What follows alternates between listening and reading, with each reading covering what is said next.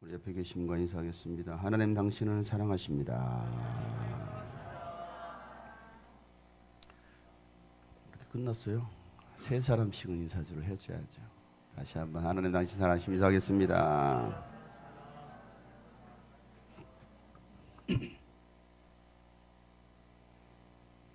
예배는 사람을 위해 사는 것이 아닙니다. 하나님께 하는 것입니다. 하나님께 올려드리는 것입니다. 그럼 우리가 어떻게 예배해야 되는지, 어떠한 자세로 예배해야 되는지 여러분 중요한 거예요. 정신을 바짝 차리고 여러분 하나님 앞에서 예배하는 시간 되시길 바랍니다. 우리 지난 시간 귀신 들려서 벙어리 되고 귀먹고 간질하고 또 자살 충동으로 고통당하고 있었던 아들을 고치려고 제자들에게 아들을 데리고 왔던 아버지. 그러나 제자들은 그 귀신을 쫓아내주지 못했습니다. 실망한 아버지와 율법학자들과 논쟁을 벌이고 있었던 제자들을 보셨던 예수님께서는 그 제자들에게 뭐라고 말씀하십니까? 믿음이 없는 세대여 내가 얼마나 너희와 함께 하겠느냐. 예수님은 제자들을 향하여서 너희들은 왜 믿음이 없느냐라고 말씀하시면서 책망하셨어요. 그런데 문제를 가지고 왔던 아버지의 더 큰 문제가 있었습니다. 그것이 무엇입니까? 예수님을 전지전능하신 하나님으로 믿지 못했다라는 것입니다. 그런 아버지에게 예수님은 뭐라고 말씀하셨어요? 하실 수 있거든이 무슨 말이냐? 믿는 사람에게는 모든 일이 가능하다라고 말씀하셨어요. 할 수 있거든이 무슨 말이냐? 믿는 사람이면 모든 일이 가능하자. 자, 오늘 말씀 한번 23절 말씀을 다 같이 한번 읽어보도록 하겠습니다. 시작.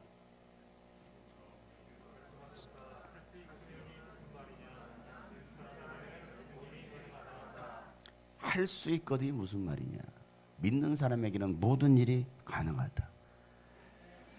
사랑하는 여러분, 예수님께는 능치 못할 일이 전혀 없습니다. 예수님을 창조주 하나님으로 믿기만 하면 모든 일이 가능합니다. 우리 어린이들 예수님을 창조주 하나님으로 믿으시길 바랍니다. 우리 어린이들은 왜 아멘 안 하고 어른들이 아멘 해요? 우리 어린이들 예수님이 하나님의 창조주 하나님이신 것을 믿으시길 바랍니다. 어린이들이 너무 많은데 소리가 작네. 여러분 예수님이 창조주 하나님, 모든 것이 가능하신 창조주 하나님이신 것을 여러분 믿으시길 축복합니다. 그러면 모든 일이 가능하다라는 거예요. 여러분 예수님이 못하시는 것이 아니라 우리가 믿음이 없는 거예요. 아이의 아버지처럼 내가 믿습니다, 믿음 없는 나를 도와주십시오 라고 고백하는 여러분 되시기를 축복합니다. 예수님은 회개한 이 아버지의 믿음을 보시고 아이에게서 귀신을 쫓아내 주십니다. 그 아이에게서 나오고 다시 들어가지 말라라고 명령하십니다.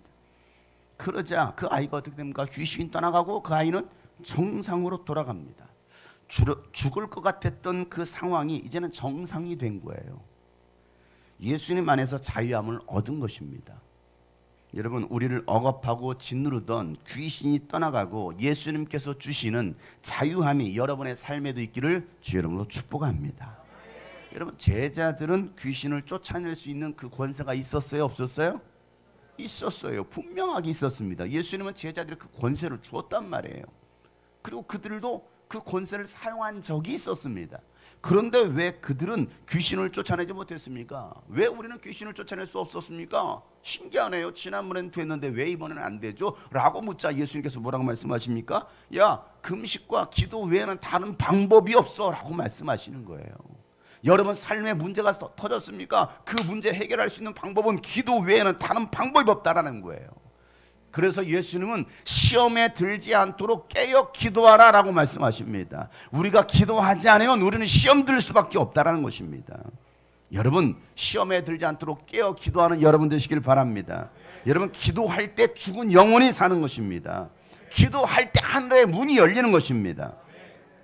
예수님은요 다시 갈릴리로 가로질러 가십니다. 그리고 가로질러 가시면서 제자들에게 야 이런 일들을 사람들에게 절대 알리지 말아야 된다라고 당부하십니다. 그 당부하신 이런 일이 무엇일까요?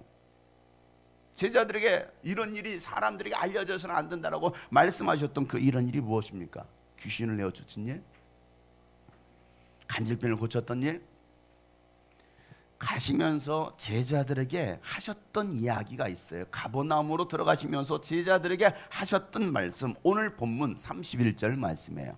오늘 본문 31절 말씀 우리 다 같이 한번 큰 목소리로 읽도록 하겠습니다. 시작. 인자가 사람들의 손에 넘어가고 사람들이 그를 죽이고 그가 죽임을 당하고 나서 사흘 후에 살아날 것이라고 그들에게 말씀하고 계셨기 때문이다. 자, 예수님께서 뭘 당부하셔요?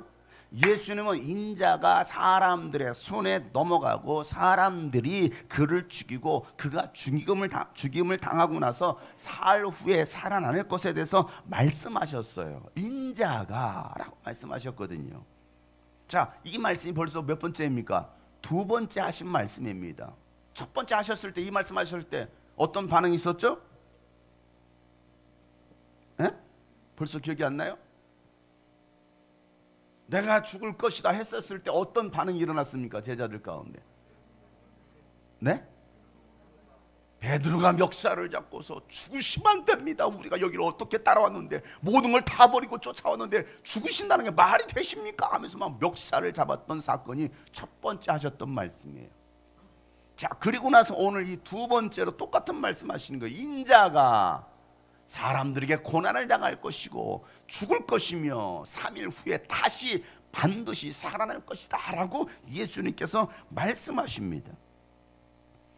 여러분, 예수님의 고난과 죽음과 부활에 대해서 두 번째 말씀하시고 아직도 아무도 알리기를 바라지 않는다라고 말씀하십니다. 왜? 아직 때가 되지 않았기 때문에 그래요. 예수님께서 죽으실 때가 되지 않았기 때문에. 그런데 문제는 뭐냐? 제자들은 그 말씀을 듣고서도 깨닫지 못하더라는 거예요. 뭐 하지 못하더라? 깨닫지 못하더라. 제자들은 오히려 엉뚱한 것으로 서로 싸우고 있습니다. 여러분, 그 싸움의 주제가 뭐였어요? 오늘 말씀이 보니까 누가 가장 큰 사람이냐 이것이. 누가 가장 큰 사람이냐. 우리 교회 제일 큰 사람이 누구예요? 박상준이요? 누가 제일 큰 사람이냐. 자, 34절 말씀 다 같이 한번 키재기하고 있습니다. 큰 소리로 시작. 제자들은 잠잠하였다. 그들은 길에서 누가 가장 큰 사람이냐는 것으로 서로 다투었던 것이다. 누가 가장 큰 사람이냐. 요즘 정치권에서 국민의힘이 당대표를 선출하기 위해서 예비 경선을 치르고 있어요. 뭐 별로 관심 없는 사람들도 있겠지만 전국을 돌아다니면서 연설과 또 TV 토론회를 열고 있는데 여러분, 그 후보자들이 하나같이 하는 말이 무엇입니까? 당을 이끌어갈 적임자가 바로 나다. 나를 뽑아달라. 내가 이 당을 이끌어갈 가장 큰 사람이다 라고 그들 모두가 동의라고 얘기하고 있어요. 국민이 바라는 국회의원과 상관없이 자신이 가장 적임자라고 싸우고 있습니다. 뭐 그 당뿐입니까? 다른 당도 마찬가지죠. 국민의 생각은 읽지 못하고 있습니다. 내가 너보다 나아, 내가 가장 높은 자리에 앉아야 돼 하고서 서로 싸우고 있는 거예요. 내가 대표가 돼야 돼, 내가 담임 목사가 돼야 돼 하면서 서로 싸우고 있는 것입니다. 예수님은 고난을 당하고 죽으실 것에 대해서 두 번씩이나 아주 노골적으로 말씀해 주셨는데도 제자들은 뭐하지 못해요? 깨닫지 못하고 오히려 뭐하고 있습니까? 싸우고 있어요. 뭐 때문에? 예수님이 예루살렘에 올라가셔서 드디어 이 이스라엘의 왕이 되신다면 야, 우리도 한 자리 차지해야 되는 거 아니야? 가장 높은 자리 누가 앉을 거야? 내가 가장 큰 자야. 내가 예수님께 가장 신임받는 수제자라고 하면서 서로 싸우고 있는 거예요. 자, 예수님이 하신 말과 제자들의 반응, 이런 상황을 한자 사자성어로 뭐라고 말합니까? 뭐라고 그래요?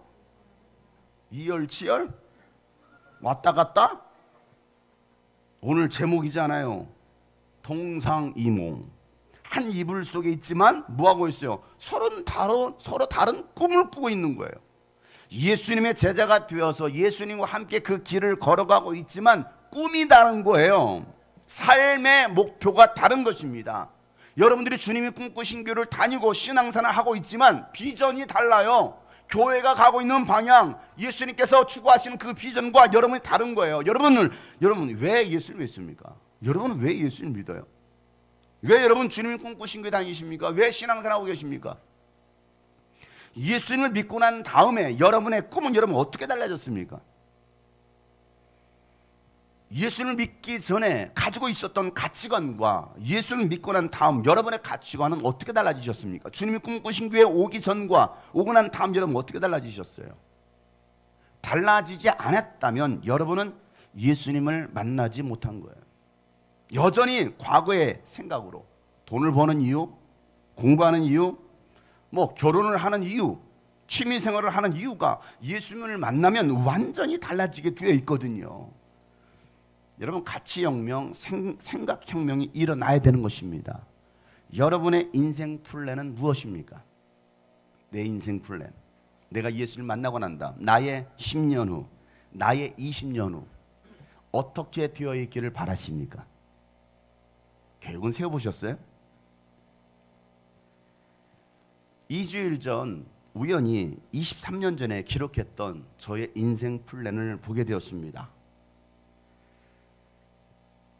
그 인생 플랜을 보는데요.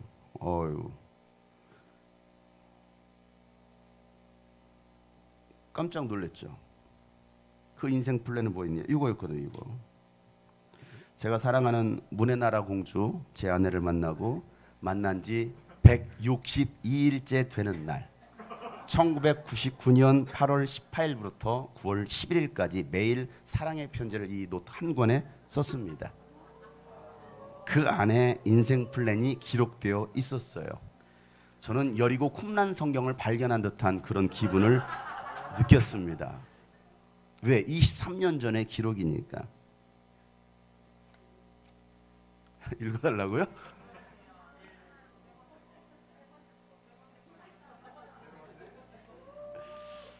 앞으로 나의 인생 설계도 이거였거든요.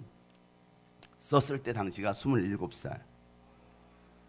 현재 신대원 준비 중. 그리고 28살에 신대원에 들어갔습니다. 30세 신대원 졸업. 31살에 졸업을 했습니다. 그리고 현이와 결혼. 신현이 아닙니다. 29에 결혼했습니다. 신혼여행은 어디로 가지? 라고 되어 있었고요. 32세 쌍둥이를 낳자 31살에 혜림이를 낳았습니다. 얼굴이 쌍둥이 크기였습니다. 33세 유학 준비 목사 안수. 목사 안수는 35세에 받았습니다. 35세 유학 및 선교 여행. 선교 여행은 32세에 32살에 제가 첫 선교 여행을 떠났습니다. 그리고 연수 찬양 사역. 34살에 찬양 사역을 시작을 했습니다. 40세 책 출판 20권. 40세 책을 출판한다고 했는데요. 출판을 했어요. 언제 했느냐? 그때 했어요. 부모님들 성기순례. 제가 책을 출판한다고 20권을 출판한다고 했는데 아직 20권은 출판하지 못했어요. 사명자여 일어나라라는 책을 제가 44살에 출판을 했습니다. 그리고 난 다음에 성지순례, 부모님들 성지순례요. 양가 부모님들이죠. 그리고 이왕이면 앞당기자 했습니다. 제가 41살에 부모님들을 성지순례 보내드렸습니다. 장모님은 2번씩 보내드렸습니다. 45세 선교여행, 미국 목회 3호 영성 훈련. 제가 선교여행은 32살 이후로 정리를 해봤습니다. 필리핀, 중국, 일본, 베트남, 태국, 몽골, 이스라엘, 호주, 멜번, 독일, 프랑스, 이탈리아, 그리스, 터키, 체코, 오스트리아, 라오스, 미국, 캐나다, 말레이시아 19개국을 다녀왔습니다. 50세 국제선교센터 추진 3호 영성개발 조직. 이것은 문지연 목 이렇게 써놨어요. 유스비전 국제선교센터는 33살 때부터 시작했어요. 60세 자녀 출가 고아원 후원. 혜림아 아직 10년 남았다. 쌍둥이를 낳는다고 했는데 해리미와 한결이 둘을 낳았습니다. 70세 정년 퇴임, 선교 목회, 바울처럼 그리스도의 복음을 위해 앞으로 일어날 일들이겠죠. 80세 모세 영성원 설립 및 추진. 왜 이렇게 썼을까 했더니 모세가 80세에 부름을 받았던 것처럼 나도 이 80세 새로운 사역을 준비해야겠다라는 그런 계획으로 80세 모세 영성원 설립이라고 했던 것 같습니다. 그리고 100세 마지막 100세 너무 많이 살았지? 라고 되어 있었습니다. 너무 많이 살았지? 아직 100세까지는 살 것 같습니다. 그리고 마지막으로 남긴 글이 이거였어. 우리 이렇게 살아가자. 성의 꿈, 제가 성이니까 성의 꿈, 현이 꿈을 위한 삶이 아닌 그리스도의 꿈을 위하여 더 많이 기도하고 더 많이 공부하고 더 많이 찬양하고 더 많이 사랑하고. 1999년 8월 24일 예비군 훈련장에서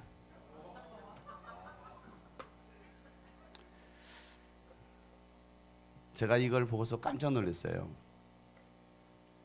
거의 제가 인생 플랜을 세웠던 그대로 이루어졌다라는 거예요. 또 이루어져 가고 있다라는 거예요. 마지막에 썼던 나의 꿈이 아니라 우리의 꿈이 아니라 그리스도의 꿈을 위하여. 여러분은 예수님 만나고 여러분의 인생 계획은 여러분 어떻게 설계하셨습니까? 이게 중요하잖아요. 누구를 위한 계획입니까? 무엇을 위한 계획입니까? 돈은 왜 벌려고 하십니까? 결혼은 왜 하려고 하십니까? 여러분, 내가 인생 계획을 세웠어도 그 발걸음을 인도하시는 분은 오직 주님이십니다. 잠언 16장 9절 말씀에 사람이 마음으로 자기의 앞길을 계획하지만 그 발걸음을 인도하시는 분은 주님이시다. 여러분, 결정권은 하나님께만 있는 것입니다. 그래서 잠언 16장 1절 말씀에도 계획은 사람이 세우지만 결정은 누가 하신다고요? 주님께서 하신다라는 거예요. 오늘 매일 성경 큐티의 말씀이 아무리 내가 많은 계획을 세웠어도 주님의 뜻만 성취된다라는 말씀이었어요. 잠언 19장 21절 오늘 큐티 말씀이에요. 다 같이 시작. 사람의 마음에 많은 계획이 있어도 성취되는 것은 오직 성취된 것은 뭐밖에 없다고요? 주님의 뜻밖에 없다라는 거예요. 내가 아무리 많이 계획 세웠어도 이게 내 뜻이면 이루어지지 않아요. 그러나 주님의 뜻이면 이루어진다라는 것이죠. 제자들은요, 주님의 뜻과는 무관하게 자기의 뜻을 구했습니다. 주님의 계획은요, 안중에도 없어요. 예수님이 왜 고난을 받으시는지, 왜 죽으시는지, 어떻게 부활하시는지 관심 없습니다. 그들의 관심사는요, 세상에서의 성공이었어요. 높은 자리에 앉고 좋은 직장에 들어가고 돈 많이 벌고 인기를 누리고 부귀영화를 누리는 것이 내가 예수님을 따르는 이유였던 거예요. 내가 교회를 다니는 이유였던 거예요. 목적인 거예요. 지금도 그 생각을 가지고 이 자리에 앉아있는 사람이 있다는 사실이죠. 그런 제자들을 불러놓고 예수님은요, 다시 가르치시는 거예요. 왜? 못 알아들으니까. 못 알아들으면요, 또 가르치는 거예요. 바른 가치가 무엇인지, 인생의 참된 목적이 무엇인지를 다시 예수님께서 가르치십니다. 오늘 35절 말씀에 우리 다 같이 시작. 예수께서 앉으신 다음에 12 제자를 불러놓고 그들에게 말씀하셨다. 누구든지 첫째가 되고자 하면 그는 모든 사람의 꼴찌가 되어서 모든 사람을 섬겨야 한다. 여러분, 첫째가 되려면 뭐 하라는 거예요? 모든 사람의 꼴찌가 되어서 모든 사람을 섬겨야 된다라고 말씀하고 있어요. 예수님께서 하셨던 이 말씀, 세상의 가치와는 전혀 다른 기준 아닙니까? 세상에서는 어떻습니까? 세상에서는 내가 잘나야 되거든요. 내가 윗자리에 올라가야 되거든요. 여러분, 국회의원 선거 후보자들이요, 하나같이 시민들을 섬기겠다라고 말을 합니다. 제가 시민들의 발이 되겠습니다. 섬기겠습니다. 그리고 당선되면 어떻게 됩니까? 시민들을 밟아버립니다. 국민이 국회의원을 섬기고 있어요. 대접받는 자리, 영광의 자리에 섭니다. 아니, 유세 떨 때만 그냥 시장 골목 다니지 당선돼 보세요. 호텔 레스토랑 다닙니다. 시장 골목은 백종원만 다닙니다. 법무부 차관이 택시기사의 멱살을 잡고 욕을 하고 때립니다. 공권력을 이용해서 증거를 없애려고 합니다. 이 나라 정치권에서, 이 나라 윗자리에 앉은 사람들이 법을 지키고 국민들을 보호해야 할 그 법무부 차관이 국민을 폭행하고 있어요. 꼴찌가 되어서 모든 사람을 섬기는 것이 아니라 국민이 꼴찌가 되고 나라님들은 첫째가 되고 있는 이 시대에, 이 대한민국에 여러분은 살고 있습니다. 그런 사람들이 뭐하고 있습니까? 땅 투기하고 있잖아요. 집 사재기 하는 것입니다. 가난한 서민들은 살 집이 없어요. 들어갈 집이 없어요. 집을 이사 가려고 해도 구할 전셋집이 없어요. 저희가 이사를 가려고 전셋집을 알아보고 있는데 아유, 전셋집이 없어. 있어도 정말 더 이상한 데로 가야 되는 거예요. 지하 밑바닥 서울까지 내려가야 되는 거예요. 간신간신히 구했습니다. 그래서 정말 줄이고 있는 거 다 버리고 가자. 교회 옆으로 이사 오기로 했어요. 옆에 건물로. 들어갈 집이 없어요. 살 집이 없어요. 그것도 제 돈으로 들어갑니까? LH 손재에서 돈을 대줘가지고 들어가는 거지. 그런데도 따라갈 수가 없어요. 부동산을 따라갈 수가 없어요. 집 한 채 사는 것조차도 이제는 버거운 게 아니라 아예 포기를 해야 돼. 여러분, 진짜 리더는요, 섬기는 자입니다. 전도사 때는 섬기던 분이 목사가 되면요, 대접받으려고 합니다. 내가 목사인데 말이야. 집사 때는요, 교회 꾸준히를 다 찾아서 하시던 분들이 안수 집사가 되고 장로가 되면요, 대접받으려고 합니다. 영광 받으려고 하는 거예요. 내가 장로가 되었어. 어린이 사역, 청소년 사역으로 인기를 얻으신 분이 개척을 하고 대형 교회를 이루더니 이제는 어린이 사역, 청소년 사역은 말이 통해서 통하지 않아서 못하겠다라는 거예요. 말이 통하는 청년들 이상 장년부 집회만 가겠다라는 겁니다. 그런 분들이요, 한국 교회 제일 인기 있는 명설교가로 이름나 있어요. 이름만 대도 여러분 다 아시는 분. 청소년 사역으로 인기를 떴던 분이 이제는 청소년 사역 안 한다라는 거예요. 한국교회 영향력 있는 목회자들 몇 분을 제가 유스비전 캠프에 섭외하려고 연락했습니다. 그랬더니 돌아온 답변이 이거였습니다. 어린이 청소년들 있어서 오지 않겠다라는 거예요. 애들이 있어서 안 오겠다라는 것입니다. 그리고 몇백 명 모이는 곳은 가지도 않겠대요. 우리 같이 한 500~600명 모이는 데는 가지도 않겠대요. 1000명 이상 모이는 대형 집회만 가겠다라는 것입니다. 그분들의 이야기예요. 그분들에게서 여러분, 교인들은 얼마나 은혜 받는 줄 아십니까? 예수님은 가난한 자, 병든 자, 소외된 자, 귀신 들린 자, 어린 아이들을 찾아가셨는데 오늘날 목사들은 이런 사람들을 소외시키고 있습니다. 그리고 가장 큰 자가 되려고 서로 싸우고 있어요. 총회장 되겠다고 싸우고 있습니다. 그 자리에 아들을 앉히려고 싸우고 있어요. 왜? 대형 교회 기업을 만들어 놨잖아요. 그 자리를 누구 남에게 주겠습니까? 자기 자식에게 줘야지. 예수님은요, 어린아이 하나를 데려다가 그들 가운데 세우시고 그를 껴안아 주시고 말씀하십니다. 하준이 어디 있어?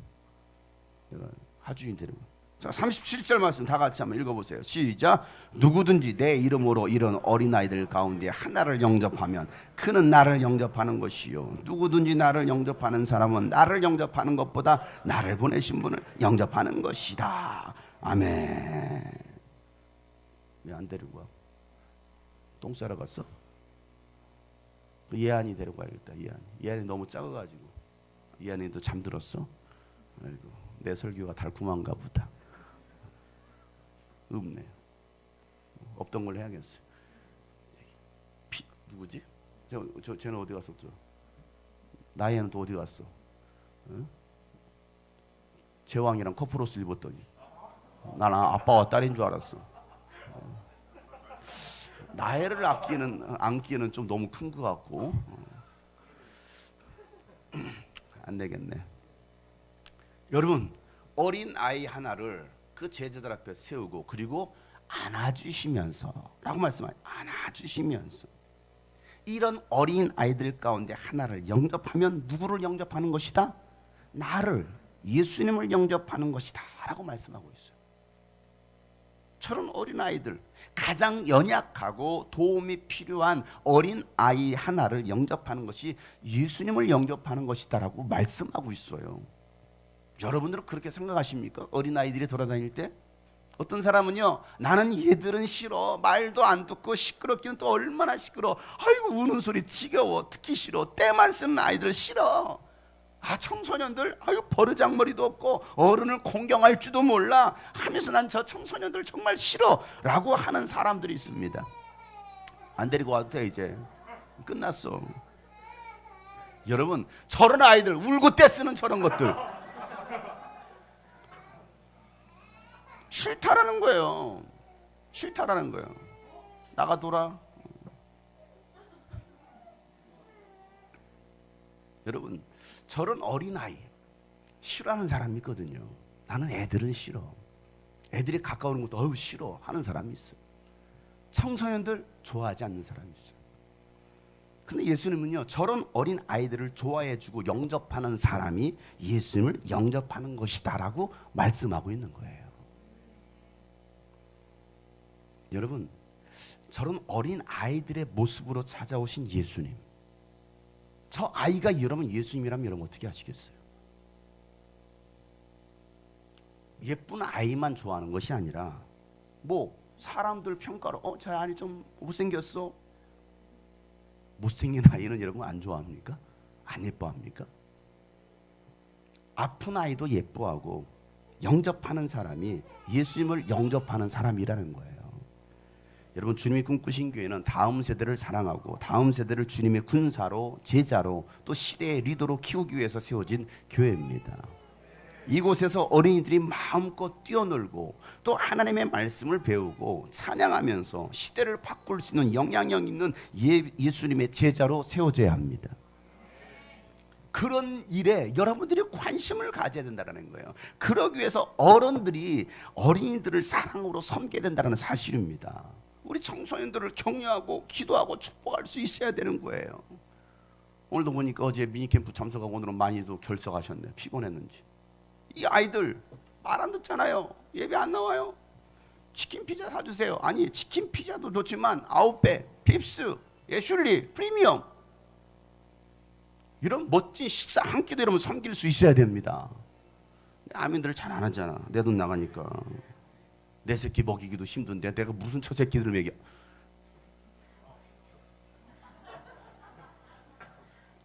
그 집 애가 더 많이 먹어요.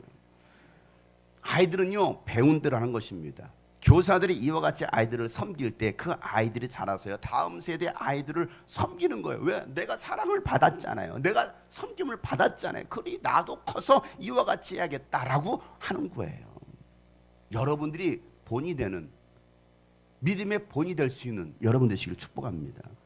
사랑하는 주님이 꿈꾸신 교회 성도 여러분, 하나님 나라에서 가장 높은 자리에 앉기를 원하십니까?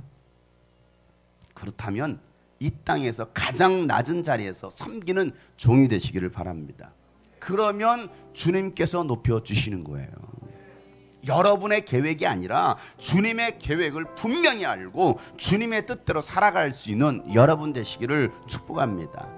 나의 인생 계획이 아니라, 내 인생 계획, 내 인생 플랜이 아니라 주님이 기뻐하시는 인생 계획을 세워서 하나님께서 하셨습니다, 하나님께서 나의 삶을 이끌어 주셨습니다 라고 자랑할 수 있는 여러분 되시기를 예수 이름으로 축복합니다. 동상이몽이 아니에요. 동상이몽이 아니라 동상동몽. 같은 곳에서 같은 꿈을 꿀 수 있는, 예수님과 한 꿈을 꿀 수 있는 여러분 되시기를 축복합니다. 주님이 꿈꾸신 교회 가고자 하는 그 길, 주님의 뜻이라고 한다면 여러분, 나도 같이 그 꿈을 꿔야 되지 않겠느냐고요. 그런데 어리석은 이 제자들처럼 엉뚱한 것을 쫓아 사는 거예요. 세상의 부경과 성공을 위해서, 그리고 내가 더 높아지려고, 내가 더 섬김 받으려고 하는 그런 모습들, 이게 어리석다라는 거예요. 여러분, 하나님의 꿈을 꾸면 그 꿈을 하나님께서 이루어 주십니다. 예수님께서 이 땅에 오신 이유잖아요. 내가 그 꿈을 이루어 주리라.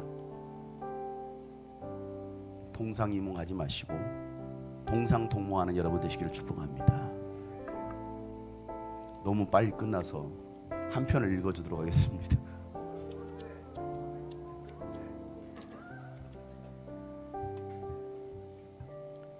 (1999년 8월 31일) 존재의 의미. 국어국문학과 졸업. 물론 이건 제가 사랑한 자기님한테 보낸, 그 당시는 결혼하기 전이었으니까 썼던 내용이지만 제가 읽어보니까 예수님의 마음이 느껴지더라고요. 그 당신에 여러분 예수님을 넣어보시면 되겠어요. 내게 있어 당신은 까만 밤을 하얗게 밝혀주는 가로등과. 웃지 마세요. 까 하지 마세요. 읽어야 되니까 분위기 잡고. 내게 있어 당신은 까만 밤을 하얗게 밝혀주는 가로등과 같습니다. 내가 지치고 힘이 들어 낙심하여 잠깐이나마 길을 잃을 때에 다정스레 다가와 이 길로 가세요 라고 밝혀주는 가로등입니다.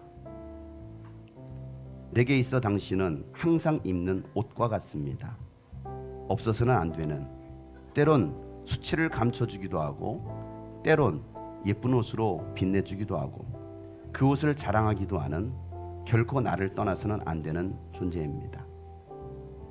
내게 있어 당신의 존재는 시원한 생수와 같습니다. 나의 목마름도 채워주고 나로 하여금 살아감의 의미를 가르쳐주는 생수입니다.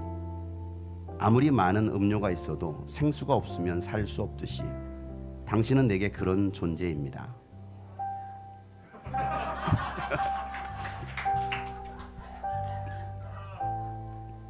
내게 있어 당신은 나의 삶에 함께할, 그래서 새로운 역사를 일으킬 존재입니다. 한 번도 가보지 않고 밟아보지 않은 땅을 같이 개척하며 갈 영원한 동반자입니다. 하루하루의 시간 속에서 한 번도 당신을 빼놓고 생각할 수 없는, 이미 내 생각과 내 마음과 내 가슴 속에 깊이 자리 잡고 있는, 그리고 아침이 밝아오도록 끝까지 남아있는 새벽별입니다 라고 썼습니다.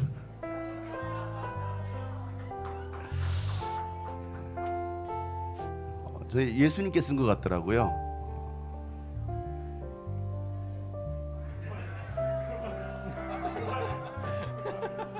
우리 남편들 위기의식을 느끼십니까?